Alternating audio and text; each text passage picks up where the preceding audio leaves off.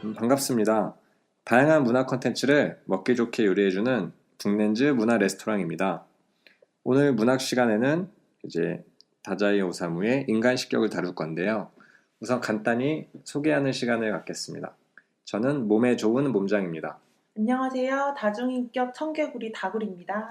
안녕하세요, 쭈니입니다.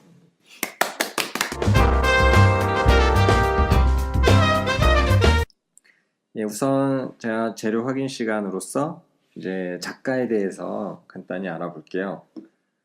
우선 작가 다자이 오사무, 본명은 스시마 슈지라고 본명이 따로 있었습니다. 그리고 1909년에 태어나서 1948년에 이제 39세의 나이로 죽어요.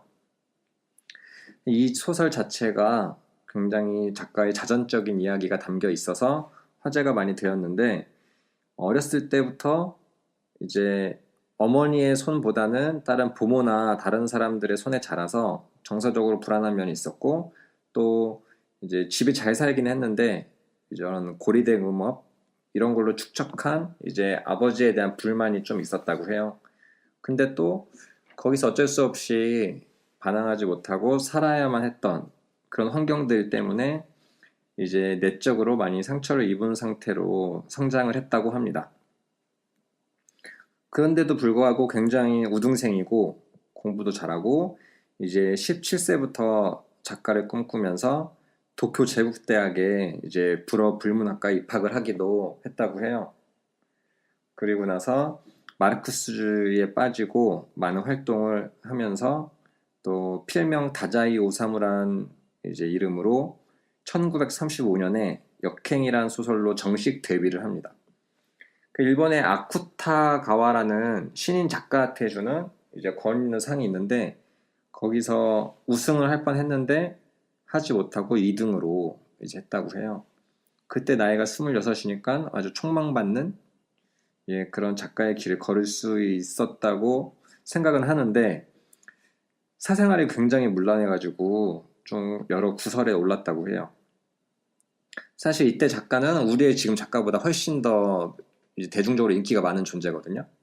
우리가 지금 미디어에 익숙하듯이 그때는 책이 그만큼의 많은 영향을 미쳤기 때문에 우리도 막 백석 작가나 이런 사람들 보면 이제 많은 스타성 있는 작가의 느낌을 갖는데, 여기서 다자이 오사무는 그런 인기를 막 얻을 수 있음에도 불구하고 사생활로 많이 논란을 겪습니다. 술과 마약, 또 여자 등등, 그리고 실제로 자살을 기도하기도 하고, 또 중요한 건 이런 걸 반복했어요.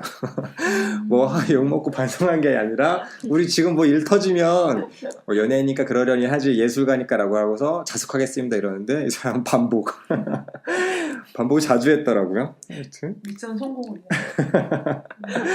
꾸준히 목표가 있었던 것 같아요.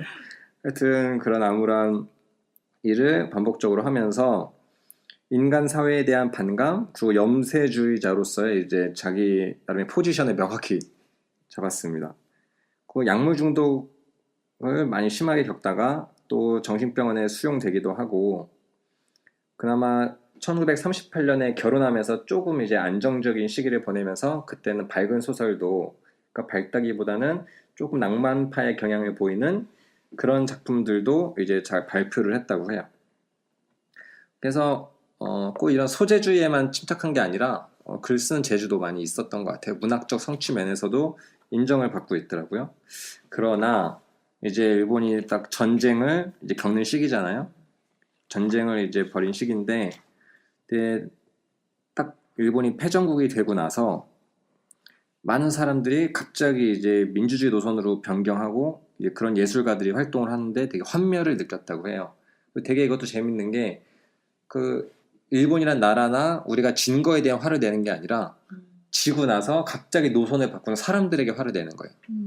그래서 앞에서부터 계속 인간에 대한 환멸을 얘기하는데, 여기서도 그렇게 일본의 제국주의라고 찬양하던 사람들이 갑자기 노선 바꾸고 갑자기 갈아타는 거에 대해서 굉장히 이제 상심하고 상처를 받았는데, 그 이후에 더 이런 현실, 혼란한 현실을 반영하는 이제 그런 글을 쓰려고 하고, 그런 공황 상태인 청년들에게 정서적인 공감과 지지를 받았다고 해요. 나름의 보수층은 그렇다고 할 수 있는데 젊은 층 사람들은 또 많은 그 열정이 있는데 그거를 잘 담고 있는 비판을 해주는 사람들인 것 같아요. 그래서 지지를 받으면서 또 인기를 얻고 또 이 전후 문학을 주도하는 이제 퇴폐주의 문학의 대표 작가로 이제 또 인정을 받았다고 합니다. 성공한 소시오패스네요. 그렇게 볼 수 있죠. 네. 어떻게든지 그 무리들한테 지지를 받았으니까. 특히 이제 1948년 이때는 우리가 오늘 다룰 인간 실격을 이제 완성하면서 문단에 충격을 주었다고 해요. 또 이게 굉장히 자전적인 이야기를 소설로 하는 거라서 더 이슈가 많이 되었고, 그리고 이 작품에서 드러나는 지독한 자기 혐오와 이런 현실 비관적인 거를 몸소 이제 실현을 했죠. 그래서 결국 네 차례의 자살 기도를 거듭했던 다자이 오사무가 이 작품을 마지막으로 1948년에 이제 내연녀와 함께 투신 자살을 해요. 그럼으로써 이 작품 자체가 다시 엄청나게 주목을 받았다고 해요. 왜냐면 우리가 약간 신비적인 느낌도 있고 작가의 삶이랑 주인공이랑 막 동일시하면서 거의 이 작품이 작가의 유서였다. 이런 식의 이제 다시 스포트라이트를 받고 그 누적 판매 수가 1,000만 부에 이를 정도로 굉장히 이제 일본 문학을 근대 문학을 대표하는 작가로 자리매김을 했다고 합니다. 그 이후에도 TV 드라마나 뭐 연극, 영화 등으로 수차례 제작되어 왔다고 해요. 혹시 다른 뭐 매체가 된 작품 보셨나요? 못 봤습니다. 근데 사실 못 봤어요. 이게 소설에서 굉장히 잘생기고 여자가 막 꼬이는 그런 캐릭터로 나오잖아요. 저는 그냥 주인공 누구 하나만 좀 봤어요. 주인공 누구 하나? 근데 정말 아이돌 가수 같은 맞아요. 잘생긴 사람들이 포스터에 나오더라고요. 그래서 그런 미남자의 이제 모습이 잘 담긴 영상물이었다, 이 정도. 연극한다 그러면 또 실제로 배우가 연기를 하니까 보이는 데서 어떻게 할까 좀 궁금한 면도 있더라고요. 표정 연기가 되게 어려웠을 것 같아요. 이 상실감을 가지는 연기를 과연 어떻게 해낼까 이런 게 좀 보고 싶긴 하네요. 책에서는 거의 대부분 다 내적 갈등인데 그러니까. 그걸 어떻게 화면으로 보여줄까. 그러니까. 진짜 재밌겠다. 사실 평을 보면 평은 굉장히 안 좋아요. 연기를 못한 거예요? 그러니까 이게 일본 사람 평은 모르겠는데 우리나라 사람이 본 블로그 같은 거 평 보면 이거는 영화화할 수 없는 소설이다라는 식으로 그러니까요. 또 내레이션을 많이 담으려면 또 영화답지 않으니까 내레이션을 피하다 보니까 연기로만 캐치하기 또 우리가 쉽지 않죠. 그래서 저는 안 보는 게 좋을 것 같아요. 그래서 저는 가장 영상화해서 한다면 궁금한 게 하나가 미소. 서문에 나오는 그 미소 있잖아요. 웃는 것 같은데 뭔가 영혼이 없는 것 같고 막 슬픈 것 같고 정신병자 같고 뭐 이런. 근데 잘생겼는데 그런 표정을 할 수 있다고? 그쵸. 대박인데. 하여튼 이렇게 많이 됐다고 하고 그 이후에는 이 다자이 오사무의 고향에서 많은 일들이 일어납니다. 사망 60주기 막 기념제, 추모제, 탄생 100주년 행사 막 계속 일어나고 또 이분의 생가를 국가 중요 문화재로 지정하고 또 기념관으로 활용도 하고 계속 이 일본에서는 영향을 많이 미치고 있는 것 같아요. 그래서 천국에서 봤을 때 오사무가 좋아할 것 같아요. 자기 죽음을 다들 기리고 있으니까. 이게 되게 무효한 아이러니죠.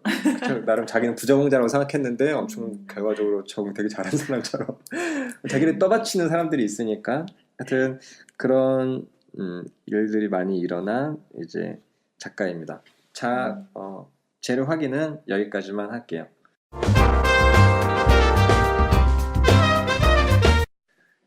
그리고 간단히 제가 재료 손질로서 줄거리 소개를 간단히 하겠습니다. 사실 굉장히 이제 수기의 형태, 자기 1인칭 일기의 형태로 담긴 거를 다루는 거라서 아주 간단히 할 건데요. 우선 형식이 좀 특이해요. 서문이랑 이제 후기를 통해서 결국 한 소설가가 마다마테 하나의 여기서는 광인으로 표현되는데 그 사람의 기록물, 일기 같은 수기를 이제 건네 받은 걸로 이제 돼요. 그리고 사진 몇 장. 그래서 그거를 이 소설가가 각색하려고 하다가 이건 그냥 담는 게 나을 것 같다라고 해서 첫 번째 수기, 두 번째 수기, 세 번째 수기를 그대로 그냥 담겨 있는 느낌이에요. 그래서 이 광인으로 표현되는 요조의 1인칭 시점을 잘 이제 볼 수 있는데요. 결국 첫 번째 수기는 시작은 좀 멋있어요. 부끄럼 많은 생일을 보냈습니다. 그래서 우리 부끄럼 하면 우리는 윤동주 생각할 수 있는데 그런 부끄럼은 좀 다르게 정말 자기 삶을 정말 부끄러워하고 막 쥐구멍으로 숨고 싶어하는 그런 캐릭터가 드러나는데 그 요조가 이제 집에서 생활하고 가족들과 이제 생활하는 이야기 많이 담겨 있어요. 그래서 여기는 뭐 아빠와의 일화, 그 주변 가족들한테 웃긴 캐릭터를 잡는데 자기 내적 갈등하는. 그러니까 자기는 제대로 적응할 수 없는 사람인데 또 뭔가 그래도 안심시키고 인정받기 위해서 광대짓하는 그런 아픈 모습이 잘 드러나 있고요.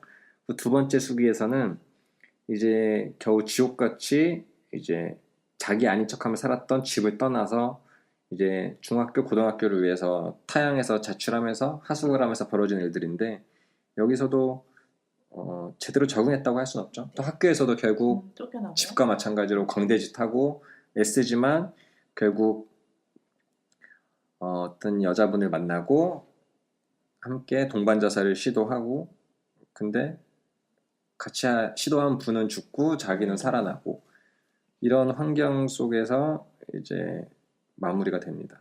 근데 이분이 그래도 집이 좀 잘 살고 집이 약간 아버지가 의원도 하고 있고 이래가지고 경제적인 지원을 많이 받고 있었는데 이때부터 약간 눈밖에 나죠. 눈밖에 나고 많이 이제 언론에 이슈화가 되면서 이제 거의 절연 상태로 가고 조금씩만 이제 돈을 구할 수 있는 상태로 이제 넘어가요. 그 다음 세 번째 수기 여기선 그 이후의 삶인데 이제 학교를 나오다 보니까 진짜 사회인으로서의 자리를 잡아야 되는데 이게 자리를 잡았다고 하는지는 모르겠지만 그 만화가의 역할을 조금씩 시작을 해요. 어렸을 때부터 그림을 좀 그리고 글을 좀 쓰긴 했었는데 여기서 조금이나마 만화가로서의 삶을 이제 살려고 하고요. 또 여러 여자분들 여기서는 약간 매춘 여성이라고 해야 되나? 하여튼 그런 술집에서 만나는 마담이나 이런 여성분들과의 인연도 닿고 또 우연히 이 편집자, 이 잡지사의 편집자로 하는 분과 또 집에서 동거를 하기도 하고 그런 식의 생활을 이제 하지만 결국 또 술과 마약에 빠져서 적응에는 좀 실패합니다. 그 마지막에는 정신병원에 결국 들어갔다가 나오고 그나마 이제 고향에서 살 수 있는 기회, 조용히 이제 자숙하면서 살 수 있는 기회를 갖게 돼요. 그러면서 밖에서 봤을 때는 안정적으로 집에서 조용히 사는 것처럼 보일 수 있지만 거기서도 정말 멍하니 바보처럼 그냥 집에 갇혀 사는 느낌? 또 할머니와의 다양한 관계를 암시하면서 정말 무기력한 인간의 이제 마지막 모습을 보여주면서 마무리가 되는데요. 정말 슬프지만 제 마지막 멋있는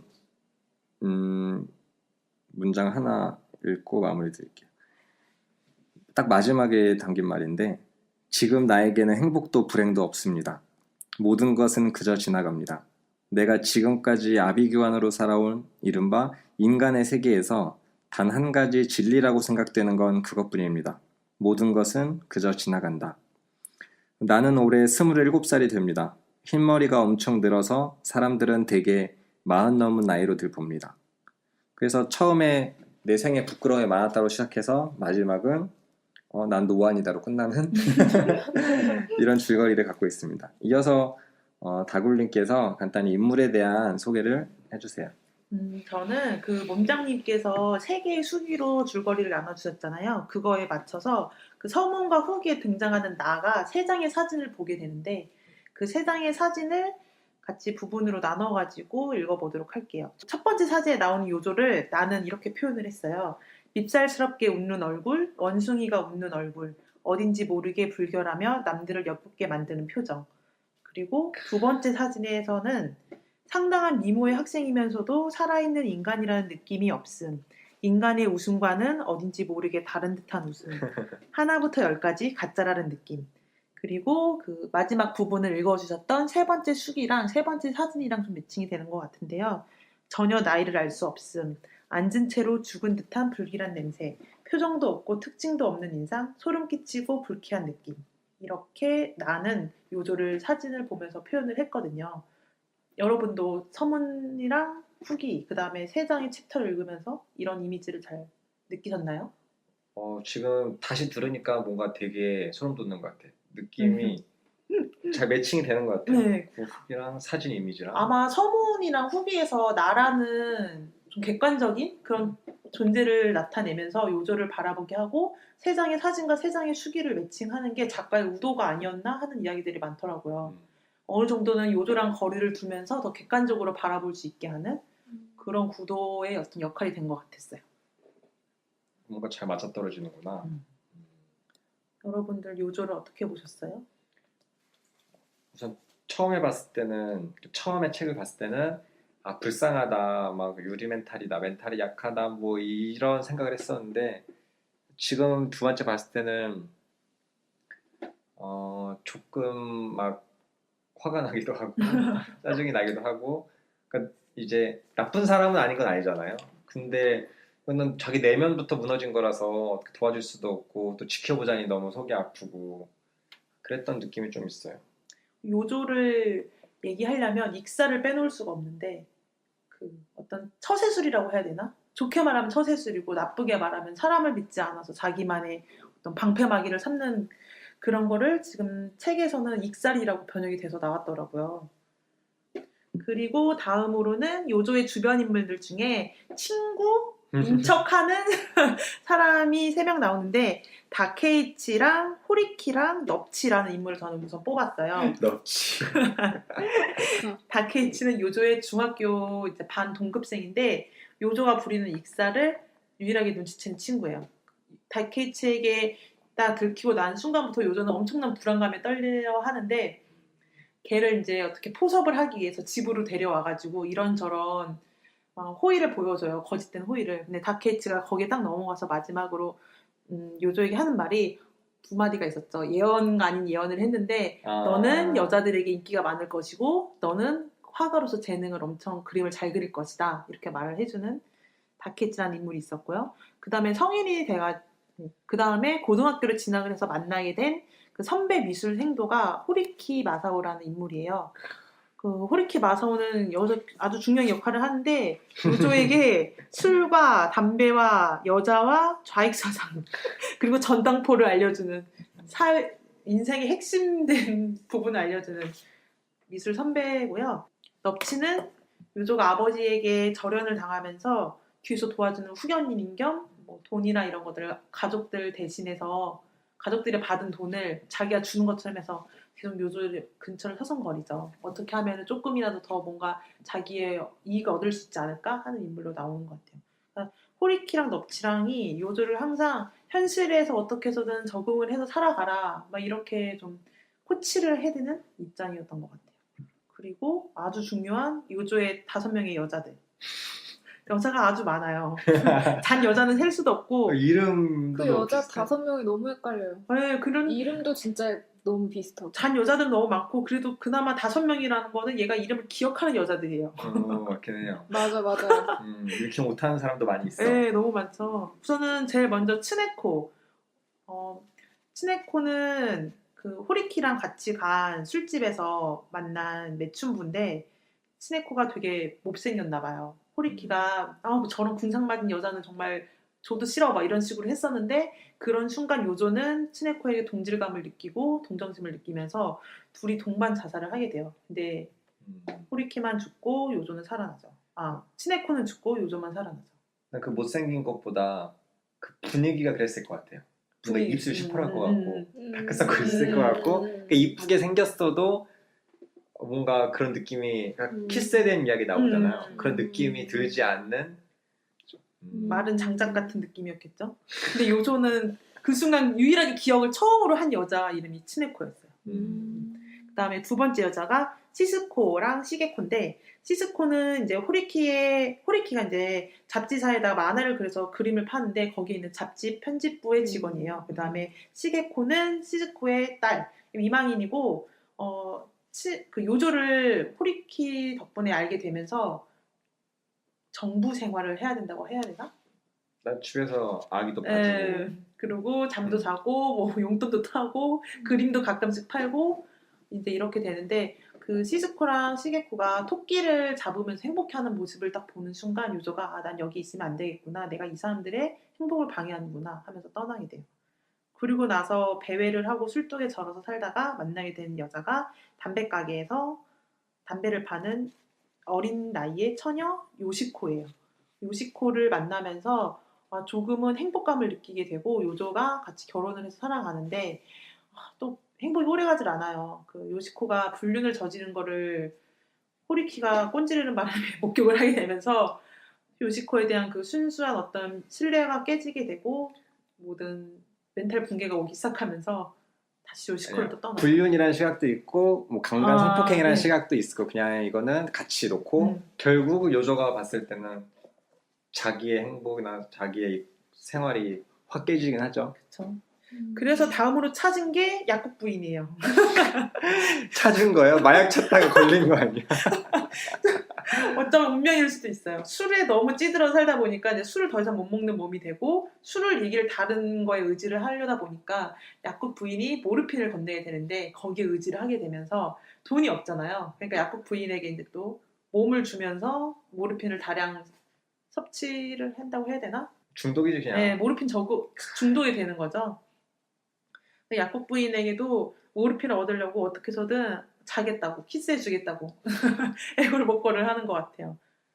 마지막으로는 그 테츠라는 늙은 하녀가 있는데요. 정신병원에서 요조가 생활을 하다가 가족들이 아버지가 이제 마지막에 죽고 나서 가족들이 유일하게 요조에게 마지막으로 해준 게 뭐 이제 집과 거기에 같이 딸려온 늙은 하녀가 있어요. 그 테츠가 요조를 범했다는 표현이 나오고 요조는 삶의 모든 거를 다 잃고 머리가 새하얘진 채로 막이 내립니다. 사실 저는 그 할머니는 그 여자로 이렇게 생각을 하지 않았는데 할머니까지 잘 꾸겨 넣으신 것 같고. 아니에요. 근데 할머니가 아니라 여기에 40대, 50대 이런 느낌으로 저는 읽었어요. 모든 여자의 연령을 다 겪어본 거죠. 젊은 16살부터 미망인, 내춘부, 그 다음에 다리가 아픈 약국 부인, 그 다음에 50대 늙은 여자까지.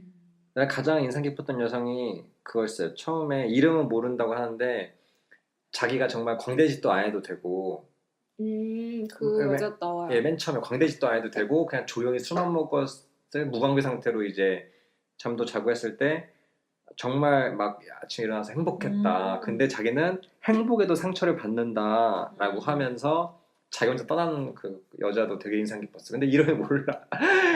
다굴리 말한 대로 더 많은 여자가 있는데 이름 몰라서 그 정도만 하는 걸로.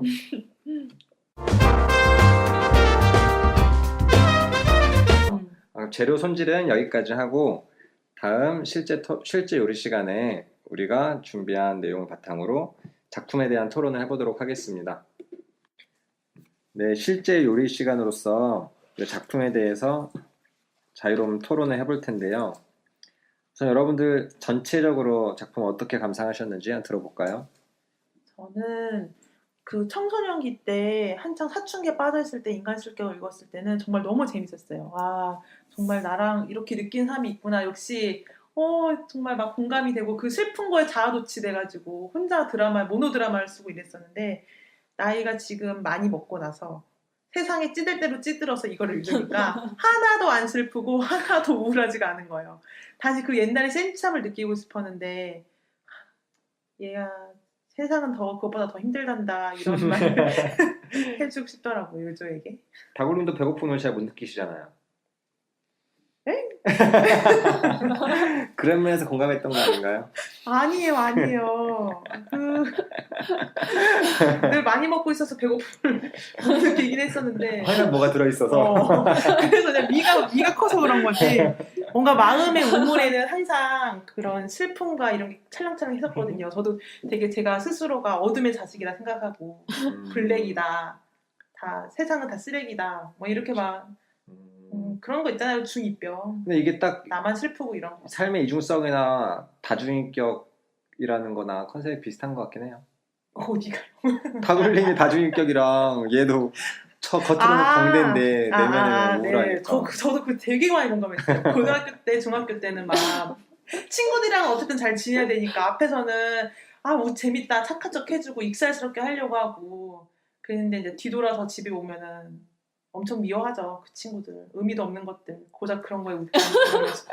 나는 캐릭터 얘기했는데 뭔가 본인 이야기 너무 나와가지고. 저는 그 부분 정말 저랑 너무 비슷했는데 저도요, 선생님들한테 저도요. 하는 거나 알겠습니다. 또 공감 갔다고 이 정도 정리하고 쭈님은 저도 공감을 엄청나게 많이 됐는데 제 지금 상황이 너무 우울하다 보니까 책이 너무 우울해가지고 되게 읽는데 힘들었어요. 약간 자살 얘기 너무 많이 나오고 그리고 요즘 사람들 만나면은 그 했던 얘기 계속하고 하니까 억지로 웃고 리액션 억지로 해주고 막 이런 게 있는데 역시 일본 사람은 한수이구나.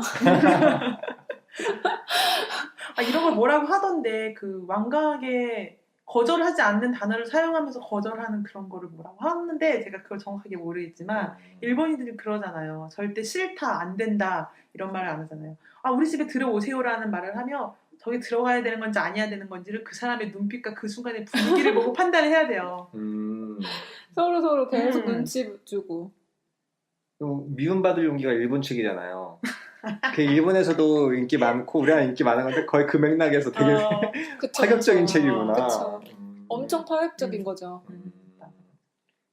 저 같은 경우는 저도 저번에는 좀 안 됐다 생각했었는데 이번에는 우울하다 못해서 이제 좀 화가 나고 이런 사람 내 주변에 있으면 내 주변에 겉으로는 되게 밝고 이래도 속으로 이렇게 썩어 문드러지고 있는 사람이 있을까봐 또 걱정도 많이 되는 거예요. 실제로 많을 많이 것 같아요. 저도 많을 것 그러니까. 같아요.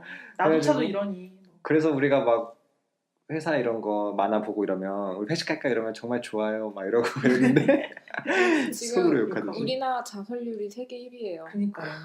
엄청날 것 같아요. 속으로만 다 굶고 있는 거죠. 특히 청소년들이나 아니면 노인분들. 우리들도 되게 그런 생각 몇 번씩 해보잖아요. 죽고 싶다 이런 생각. 이것도 아니에요? 하죠. 너무 경건해지. 그러네요. 그래서- 저번 주에 읽었던 시타르타를 떠올려 봅시다. 마음이 좀 편안해져요. 그렇죠. 우선 스타르타 읽을 때 너무 좋았어요. 지금 이거는 너무 연말에 나의 기분을 더 우울하게 만들었어. 그 느낌이랑 많이 다르긴 하죠. 하여튼 우리가 뭐 죽음 앞에서 너무 웃는 게 그럴 수도 있지만 그쵸. 그냥 작품으로 보고 이야기 나누는 거라고 생각하고 구체적으로 인상 깊었던 장면들 나눠볼까요? 전 굉장히 충격적이었던 게 있어요. 그 육교 아주 예. 초반에 어렸을 때 육교랑 이제 이런 뭐 베개 이런 것들의 뭐 이불 철도 이런 것들에서 실용성? 그게 유의인 줄 알았는데 실용성인 면에서 만들어진 거다라고 했을 때 갑자기 흥미가 떨어지고 가치가 떨어지잖아요. 저희 완전 공감됐어요. 근데 저는 완전히 우리가 요즘 시대로 보면 어디에 쓸모 있냐 이러잖아요. 문학도 마찬가지고 쓸모 있어? 그게 뭐 어디에 도움이 돼? 맨날 이런 거 물어봐서 그런 기능적인 것에서 영향이 없으면 우리가 의미 없다고 역으로 하는 경우가 많은데 특히 최근에 막 그 프란츠 카프카의 변신 읽었을 때도 얘가 갑자기 벌레가 되면서 돈을 못 벌어오니까 가족들한테 배척받고 이런 토론했을 때 여기서는 완전 정반대인 거예요. 실용성을 갖고 있을 때 뭐야 재미없어 이렇게 돼버리니까 굉장히 들어갈 때부터 좀 센세이션 했던 저는 것 너무 같아요. 좋았어요. 근데 저는 여기서가 얘가 자기의 존재가 의미가 없다는 걸 깨닫는 그 시작점이라고 생각을 하거든요.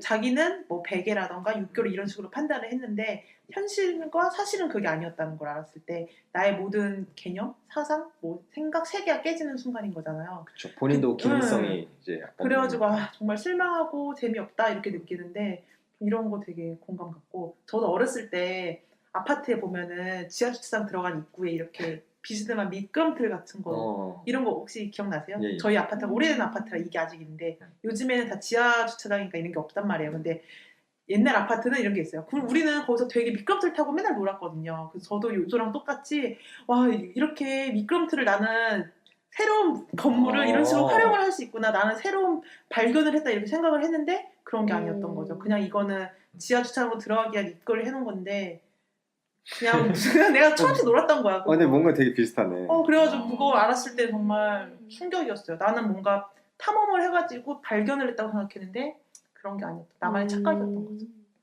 오프닝이 재밌긴 했어요.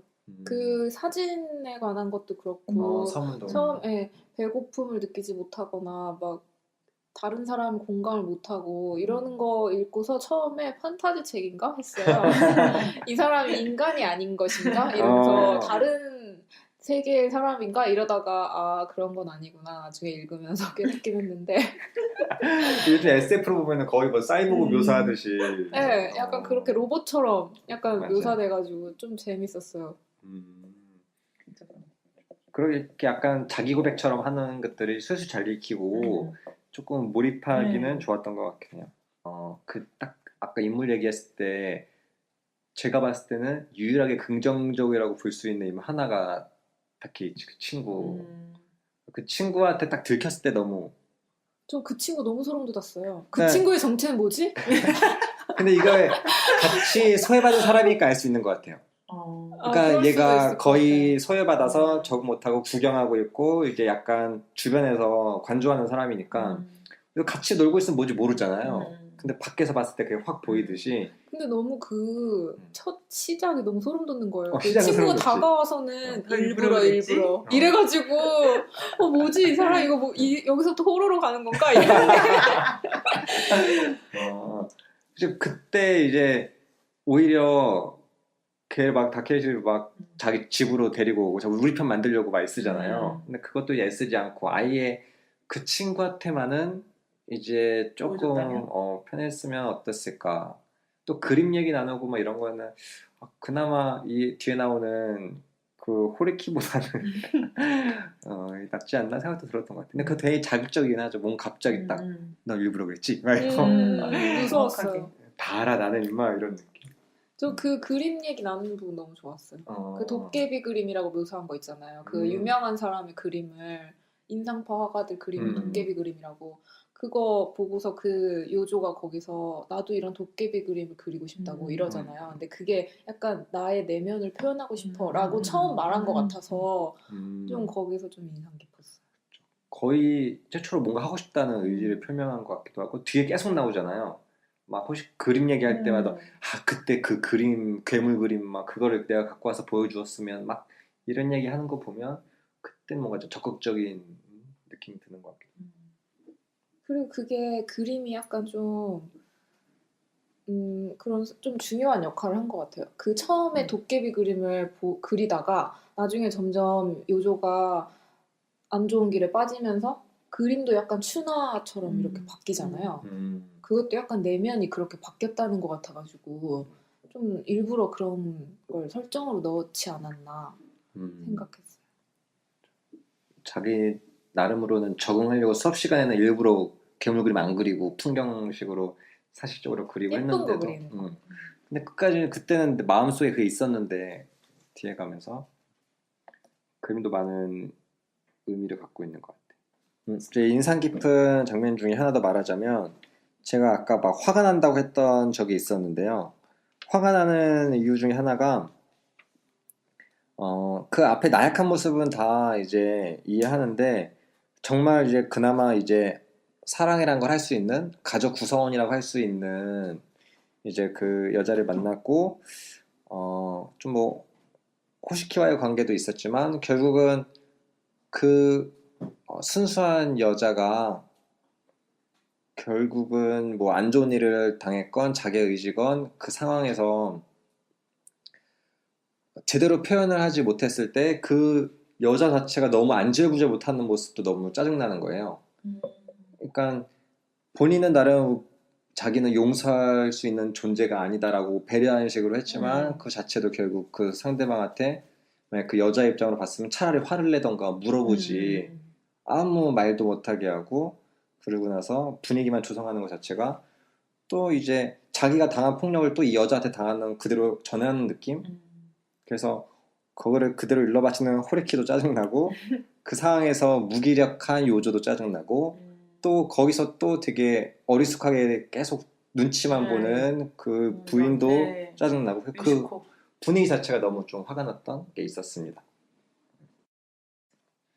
다굴님 저랑 꽁트 하나 하기로 했잖아요. 네.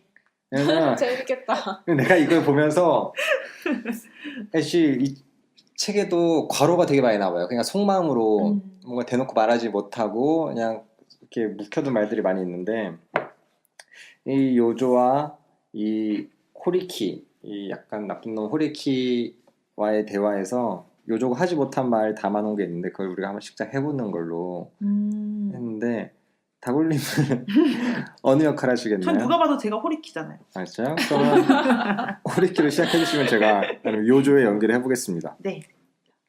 그나저나 너도 이쯤에서 여자 후리는 짓은 관도 더 이상 세상에 허용하질 않아. 세상이 아니야. 네가 허용하지 않는 거겠지. 그런 짓을 하면 세상 사람들의 비난이 쏟아져. 세상 사람들이 아니야. 너겠지. 당장 세상에서 매장당할 거야. 세상이 아니야. 나를 매장하는 건 바로 너겠지. 너야말로 너 자신의 끔찍함, 괴기함, 악랄함, 늙은 너구리 같은 성품, 욕의 할망구 같은 성정을 깨달으란 말이야. 완벽한 메소드 연기였습니다. 우선 여기서는 이 홀리키놈이 죄송해요. 호리키가 이제 요조한테 나름의 훈계같이 그렇게 살지 마라고 하는 거를 이제 우선 여기서 받아들이지만 속마음에서는 이런 말들을 하고 싶었던 건데 완전 이거 뱉었으면 드라마였으면 시트콤이었으면 막 상상 버전 있잖아요. 막 상상을 하는데 맞아, 그렇게 읽었어. 그렇게 했으면 좋겠는데 하는 면에서 말을 안 하죠. 예, 내 인상 깊었고 이제 꽁트라도 한번 해서 마음 달래고 싶었습니다. 세상은 결국 너야. 이 말이 지문에 나오는데 완전 한마디 훅 하고 오는 거였어요. 정말 딱 이거 이후로 얘가 세상이라는 건 어느 한 개인이다라는 철학을 갖게 되었다. 이 뒤로 계속 이어지는 것 같아요. 우리가 막 사회 관념을 많이 가져와서 쓰는 경우가 많잖아요. 그렇죠. 남들은 이래. 지금 세상은 그러지 않아. 현실을 봐 이런데 현실이든 뭐든 결국 그건 내 안에 있는 거라는 거. 그렇죠. 자기 하고 싶은 말을 이제 그냥 권위를 갖는 이제 사회를 가져와서 하는 경우가 많은데 정말 날카롭게 꼬집은 그래서 이 호리키가 마음에 안 들어요. 호리키랑 넙치가 마음에 안 드는 게 그 요조는 이미 혼자만 있고 싶어하고 남한테 이해를 받고 싶어서 그 사이에 들어가고 싶은 게 아니잖아요. 근데 계속 호리키랑 넙치랑은 이렇게 살면 안 돼. 너도 정신 차려야지. 너를 이해는 하지만 그래도 이렇게 하도록 해. 이렇게 하는 게 도움이 하나도 안 되는 것 같고 위로도 안 되는 것 같고 오히려 요조 너가 이 세상과는 정말 다른 비정상적인 사람이다. 이걸 더 주입시켜주는 것 같아서 주변에 득실이 되는 친구들이었던 것 같아요. 이분들은 좋은 마음으로 뭐 해줬겠지만 한 명 뭐 우리도 그러잖아요. 누가 주변에서 친구들이 괴로워하고 있으면 아니야 뭐 할 수 있어. 너 정신 차려가지고 이제 철 들어야지 이런 말 우리도 쉽게 내뱉긴 해요. 저도 그러고. 근데 그게 정작 본인한테는 하나도 도움이 안 된다는 게 있을 수 있다는 걸 느껴요. 저희가 항상 우울했을 때 주변에서 이런 말을 하면 힘이 나는 게 아니라 진짜 속으로 되게 짜증났어요. 네가 나의 뭘 한다고 지는 얼마나 잘 산다고 맨날 이러면서 네가 나의 뭐 어둠을 알아? 뭘 이해한다고 이렇게 말해. 딱 이 느낌인데? 쭈님은? 저는 그 후기에서 그 마담이 그 우리가 알던 요조는 아주 순수하고 눈치 빠르고 딱 마지막에. 술만 마시지 않으면 아니 마셔도 하느님 같이 착한 아이였어요. 이 얘기 하는데 너무 소름 돋아가지고 하느님 같이? 얼마나 연기를 잘했으면 아니면 뭔가 그것과 연기도 연기지만 좀 약간 매력을 끌어당긴 사람 끌어다니는 매력? 아니지 사람이 아니라 여자 끌어당기는 약간 매력이 있는 남잔가? 아니면 그렇게 연기를 잘한 건가? 너무 무서웠어요. 마지막도 진짜. 난 약간 이런 생각도 들었어요. 이렇게 마담이나 이런 대함들은 결국은 접대부잖아요. 사람들을 많이 대하잖아요. 그러면 어떻게든지 조금 더 이제 닳고 달아서 사람의 더 본성을 볼 수 있다고 생각했을 때 걔가 겉으로는 그렇게 막 밝은 척하고 뭐 해도 안에 슬픔이나 순수함을 더 볼 수 있는 사람들이 그런 또 수집에서 접대부가 아니었나? 라고 해서 그 마담이랑은 맞네요. 지낼 수 있지 않았었나. 그래서 막 히히닥거리고 막 되게 센 척해도 아저씨도 센 척해도 그 옆에 있는 사람들은 아니잖아요. 저 사람 뭐가 없구나. 그런 좋게 말하면 통찰력의 느낌으로 요조의 순수함을 보여준 것이 아니었나?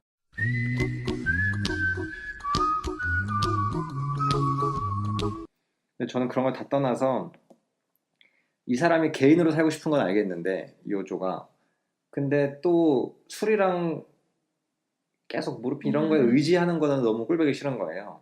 그러니까요. 배고픔을 못 느낀다고 했는데 왜 술과 그러니까 믿기 위해서 필요한 거지. 지금 내가 그러니까 몸장님은 개인으로 살고 싶어 한다고 생각했는데 저는 아예 인간으로서 살고 싶어 하지 않는다고 생각했어요.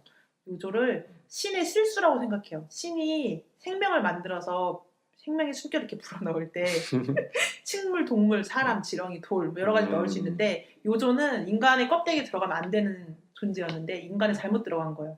그래서 얘는 인간의 길을 거부했기 때문에 그걸 잊기 위해서 가장 독한 술이나 약 이런 걸로부터 껍데기를 어떻게든 망쳐야 되는 게 아니었나 그런 식의 상상을 해봤어요. 근데 그것들이 다 인간들이 좋아하는 걸 좋아해요. 인간들이 그러니까 좋아하는 거? 향락. 술과 여자, 마약 이런 거 다 여자. 제일 하면 안 된다는 거 3가지 다 예. 하고. 그거 안 된다고 하는 이유가 결국 사람들이 안 된다고 안 하면 너무 좋아하니까 막아놓은 건데 인간 아닌 척하면서 인간이 좋아하는 거 더 좋아. 사람들이 돈을 좋아하는지 왜 모르겠다고 했는데 계속 그 3가지를 돈을 하기 위해서 돈을 필요하네.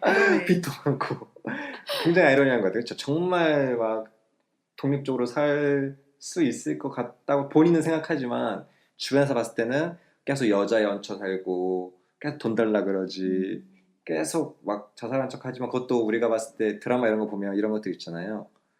자살하는 척한다. 계속 동정심 얻으려고 막 맨날 아픈 척한다. 이런 식으로 보일 수 있을 것 같다는 생각을 해요. 그런 거 있잖아요. 관심 받으려고 저러는 것이다. 너무 외로워서.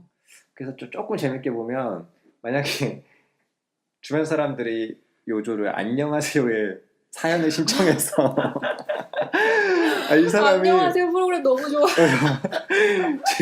주작이라고요. 제가 거의. 사회를 보는 하나의 창구이기도 한데 하여튼 딱 그렇게 내놨을 때 그 사람에서 전 사연이 재밌는 게 아니라 사람들 반응이 재밌거든요. 뭐 게스트 맞아. 마찬가지고 200명의 버튼 누르는 사람들도 재밌고 뭐 신동엽, 이영자도 상담실부터 재밌긴 한데 요조가 거기 200명 사이에 앉혀 있고 요조의 뭐 전 부인이나 호시키 같은 친구가 제 친구가 너무 방황해서 고민이에요라고 사연을 냈다라고 했을 때 다른 사람들이 어떻게 반응할까 상상해보면 그것도 되게 재밌었던 것 같아요. 근데 다른 사람 좀 뻔한 신동엽의 멘트, 막 이영자의 멘트가 생각이 바로 들어오는 거야.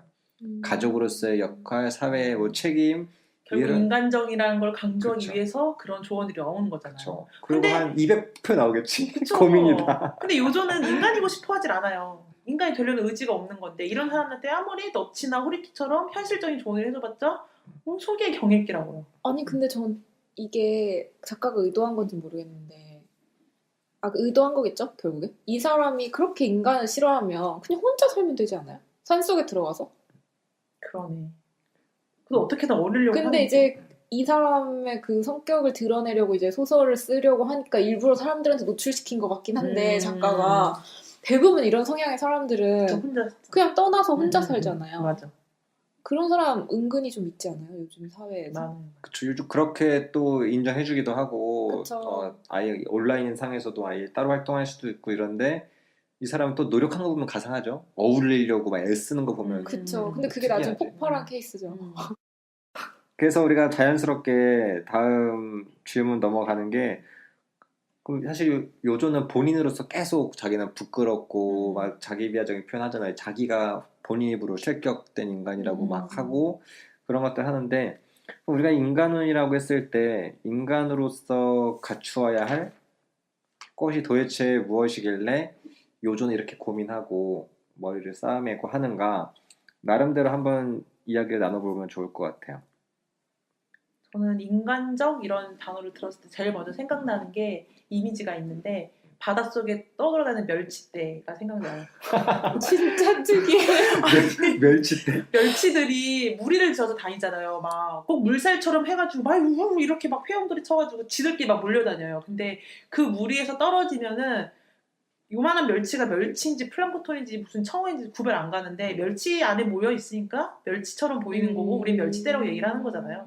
인간들도 약간 그런 것 같아요. 인간들끼리 모여 있으니까 서로에게 존재를 인식받고 싶어하고 표현하고 싶어하고 그런 게 어떻게 보면 사회성으로 부여가 되는데 인간 혼자 무인도에 있으면 그건 인간이 아니라 더 이상 그때부터 동물, 털 안 달린 동물이 돼버리는 거잖아요. 그런 걸 보면서 요조가 멸치, 낯떨어진 멸치 이런 게 아닌가. 그 멸치 무리에서 섞여서 살 수 없는 멸치 이런 게 아닌가 생각이 들었어요. 결국 그 무리를 보면 사회성을 보시는구나. 그쵸, 인간은 사회적 동물이란 말이 굉장히 흔하게 쓰이죠. 음. 음, 사회에서 인정받으려고 권력도 힘도 폭력도 그런 걸로 다 자기를 표현하고 있잖아요. 이 책에서 제일 중요하게 다루는 사회성? 그래서 음, 우리 교과서로 너무 많이 배워서 인간하면 사회성이 같이 서도에 나오니까 뭔가 혼자서는 결국 살 수 없으니까 요조도 맞아. 그렇게까지 남을 속이면서까지 사람들 사이에 있는 것은 저는 개인적으로는 매번 되게 주체적인 거 이런 거 되게 좋아하잖아요. 그래서 로봇처럼 알고리즘으로 막 짜여지는 게 아니다. 그래서 저 빅데이터로 추천해주고 이런 것도 싫어하거든. 나는 내가 작품 고를 건데 자꾸 뭐 추천해줘. 네 말 안 들을 건데 막 이런 생각을 갖고 있는데 여기서 보면 그게 좀 깨진 게 뭔가 시키지 않아 얘한테. 얘는 뭐 나름의 열려있는 많은 조건들이 있는데 딱 되게 인상 깊었던 게 자기가 행복한 순간을 찾았으면 그 반복하면 되는데 얘가 하는 말 중에 행복에도 상처를 받는다라는 말이 있어요. 우리가 주체적인 거에 대해 강조했을 때 얘는 자기 혼자서 스스로에게 상처를 막 줘요. 굉장히 주체적으로. 주변 사람들이 아무도 날 괴롭히지 않고 그런데도 혼자서 계속 상처를 주는 거 봤을 때 얘는 굉장히 인간적인 거예요. 많은 사람들의 그런 기존 알고리즘과는 전혀 다르게 자기만의 생활을 하고 있으니까 인간적이라고 봤는데 여기서의 이 본인 요조의 입장에서는 자기가 사회적인 무리에서 벗어났기 때문에 실격이다. 근데 제가 봤을 때는 벗어난 것 자체가 어떻게 보면 또 하나의 개인이니까 주체적인 것 같기도 해가지고 그 딱 질문 받았을 때 생각을 많이 했던 것 같아요. 근데 교육학에서는 항상 창의적인 인재를 만들어라. 창의적인 것만 인간이 살 길이다라고 하는데 요즘 굉장히 창의적이잖아요. 나름 예술가적 기질을 막 그림 그리고 이제 글도 쓰고 이런 거 보면 일반 회사원보다 굉장히 창의적인 면이 있는데 그것도 이제 이 요소가 말하던 인간의 범주에서는 또 의미가 없는 거죠. 그리고 남들과 다른 그런 예술가들이 자살을 많이 하잖아요. 그쵸. 감수성도 뭔가 그리고 민감하고. 인정받지 못한 화가일수록 죽고 나서 인정받는 사람들. 그 당시에 너무 파격적이고 쟤 완전 이상하다 맞아요. 이렇게 평가받는 사람들. 우리 막 달가육 패스 했을 때 뭐 그런 그쵸. 고인 같은 것들. 그러니까 개성을 다들 개인적이고 개성을 중시하고 남들과 다르게 창의성을 갖고 싶어는 하나 그 무리에서 떨어져 나가기는 싫은 거 아니에요? 너무 그래서- 다른 건 싫은 거지. 그래서 우울증에 빠지는 거 아닐까요? 그러니까 내가 특출나다는 걸 표현하고 싶은데 사람들은 이상하다라고 말을 하니까. 항상 이런 거 하면은 뭐 정상과 비정상의 경계선이 어디냐, 막 누가 만든 거냐 이런 거 많이 하는데 어렵죠. 패션에서도 이런 거 항상 느끼는데 항상 남하고 다르고 싶어하면서도 유행은 다 따라가는 거 보면서 인간 본연의 습성 같다고 해야 되나? 저 사람하고 비슷하다는 소리는 듣기 싫어하면서 또 나는 너랑 다르다는 소리를 무서워하잖아. 우리 얼마 전에 그 교수님이 본인은 몇 년 전부터 롱패딩을 입으셨대요. 우연히 교수님이니까 나이도 드시고 그런데 따뜻해가지고 원래 해외에 있다 오신 분이 그래가지고 롱패딩이 따뜻해가지고 정말 몇 년 동안 잘 입고 있었는데 어느 순간에 롱패딩 유행돼가지고 어린 학생들이 입으니까 입기가 조금 뭐 그러시다고 하더라고요. 유행은 뭐 되게 어려운 문제 같기도 해요. 그렇죠?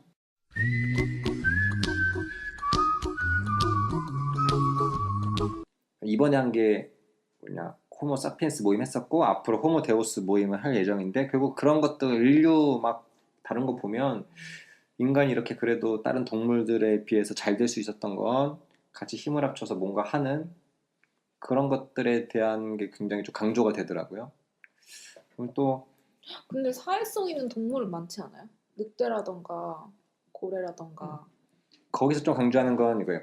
구체적이지 않은 것을 믿고 우리가 따라갈 수 있는 거. 그러니까 종교부터 해가지고 그쵸. 서로가 막 돈도 마찬가지고 실물이 없는데 우리가 비트코인 같은 거 만들어 실물이 없는 걸 우리가 약속을 하잖아요. 그쵸. 사회적으로 합의를 맺어서 우리 이거 국가 막 이런 거를 우리가 똘똘 뭉치게 만들어서 뭔가 하는 것들 그런 것들이 되게 좀 신기하게 보더라고요.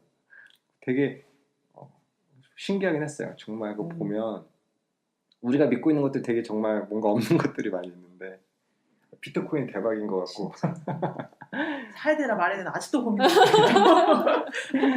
안 사면 뒤처지는 것 같고 사자니 무섭고 아 그래서 어떻게 해야 되나. 바로 이런 고민들.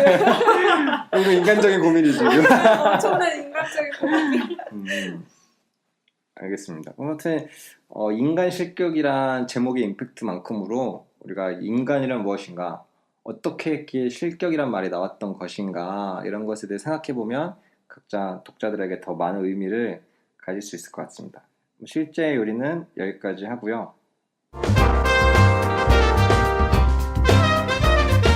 다음 코너 마지막 맛대맛 코너에서 같이 보면 좋을 작품들 이야기 나눠볼까요?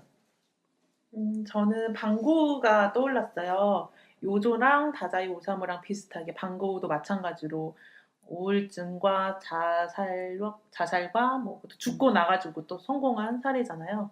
그런 이미지들이 좀 비슷한 것 같아서 방고우의 이야기가 쓰여진 뭐 자서전이나 편집글 같은 거 한번 읽어보시면 이런 음과 양을 동시에 파괴하는 그런 퇴폐석 분위기를 좀 느끼는데 도움이 될 것 같습니다. 삶이 좀 비슷하네요. 네.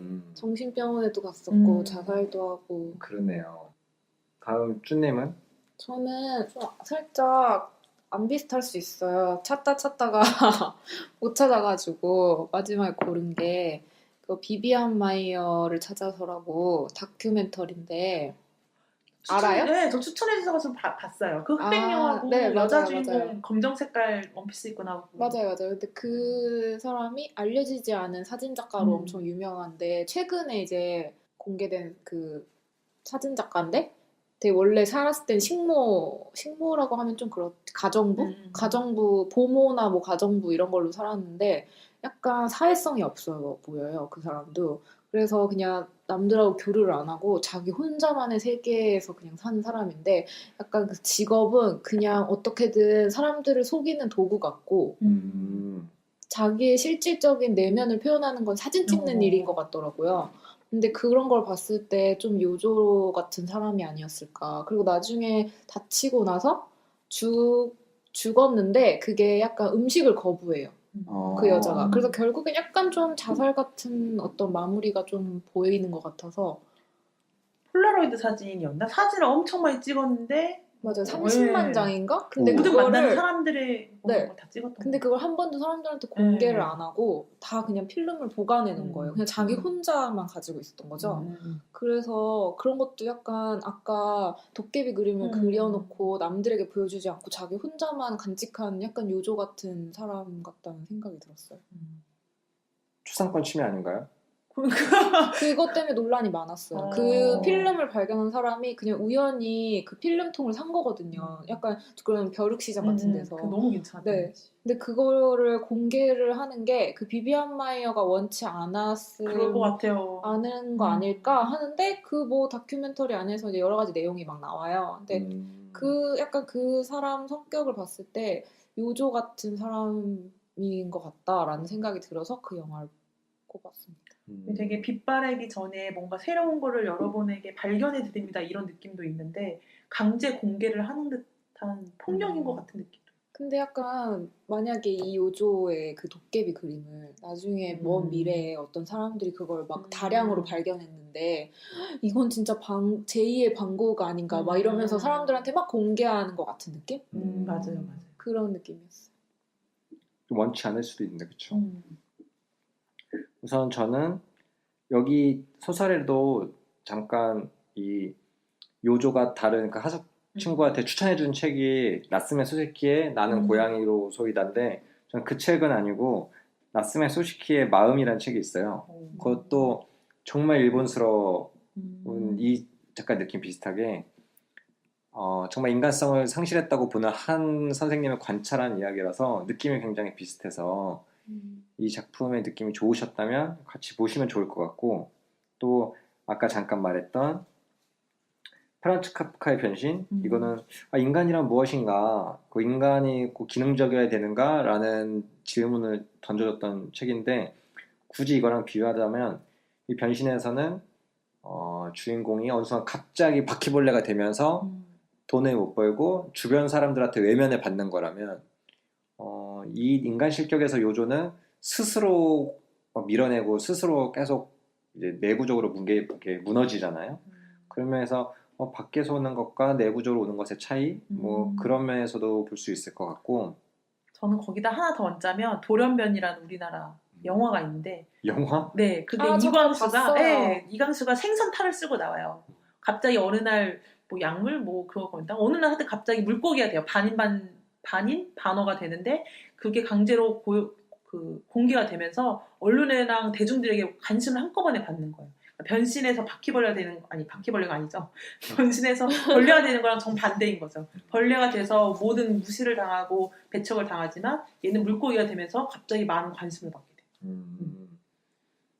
그래서 이어서 하시면 저는 그리고 이거는 그냥 느낌이 되게 비슷한데 전혀 다른 방향의 책인데 데미안도 같이 볼 수 있을 것 같아요.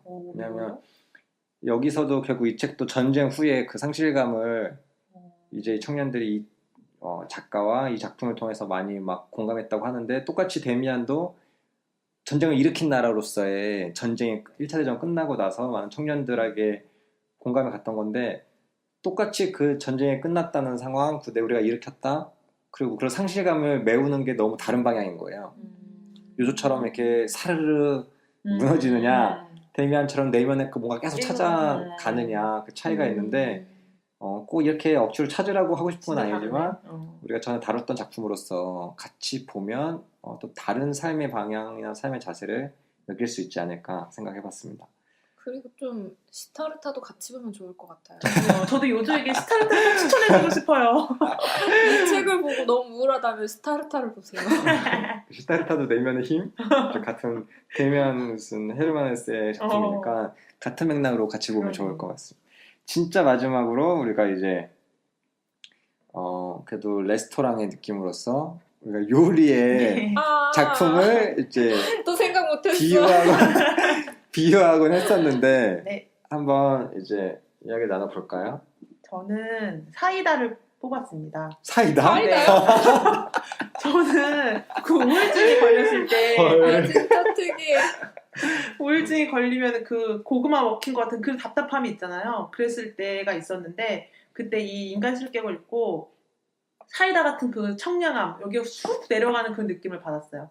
사실은 우울증에 어울리는 처방은 소화제라던가 병원에 가는 거지만 그 올바른 처방전은 아니지만 어느 정도 비슷한 느낌을 좀 가지면서 기분을 좀 리프레시 할 수 있었던 것 같아가지고 사이다를 뽑았습니다. 사이다 독특한데요. 우정님은요? 우선 저는 보고 뽑았어요. 보고. 저번에 우리 보고 한번 나왔었는데. 저 나왔던 것 같기도 한데 왜 또 보고예요? 이게 막 제가 추천 대상 이런 거를 항상 리뷰에 남기는데 이건 누구한테 추천하기 너무 어려운 거예요. 누가 어떤 영향을 미칠지 모르는데 정말 죽어버리면 어떡하지?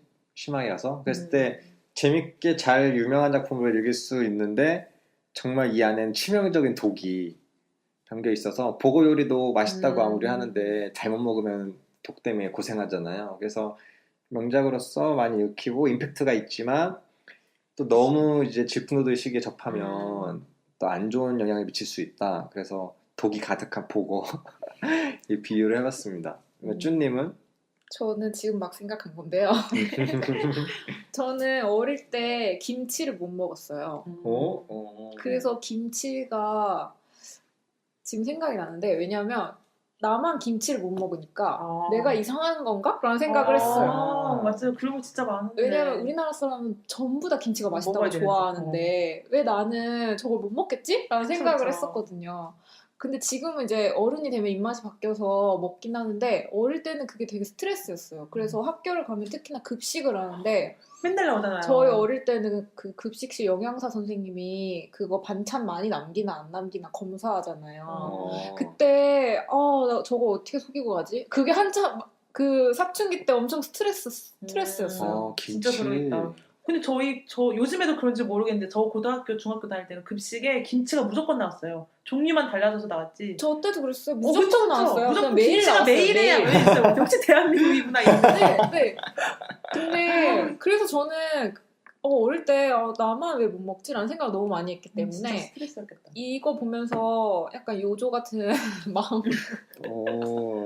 진짜 골랐습니다. 그게 모두가 좋아하니까 괜히 나만 더 떨어지는 느낌. 네. 먹어야만 할 것 같고 진짜. 그리고 모두가 나를 윽박질러요. 저 네. 맞아, 김치 넌 못 어떻게 먹어. 한국 사람이 김치를 못 먹어? 맞아. 약간 이랬거든요. 당연스러운 게 네. 그 접근이 그냥 위험한 거죠. 그리고 그게 설렁탕에 깍두기 김치 국물을 붓는 게 엄청난 폭력처럼 느껴졌어요, 저한테. 맞아, 맞아. 그러니까 나한테 너 이거 억지로 먹어야 돼. 이런 느낌이었거든요. 그래서 개박살. 울고 그랬어요, 그러면. 진짜, 진짜. 저 완전히 여기 딱 그 생각나는 장면이 갑자기 떠오른 게 있어요. 이 사람이 주변 사람들이 자꾸 자기를 행복하다고 하니까 자기 기준에서 봤을 때는 너희들이 더 행복해 보이는 거예요. 자기 갖고 있는 불행의 덩어리 중 하나를 가져가면 죽어버릴지도 모르는 사람들이 왜 자꾸 나한테 행복하다고 하냐.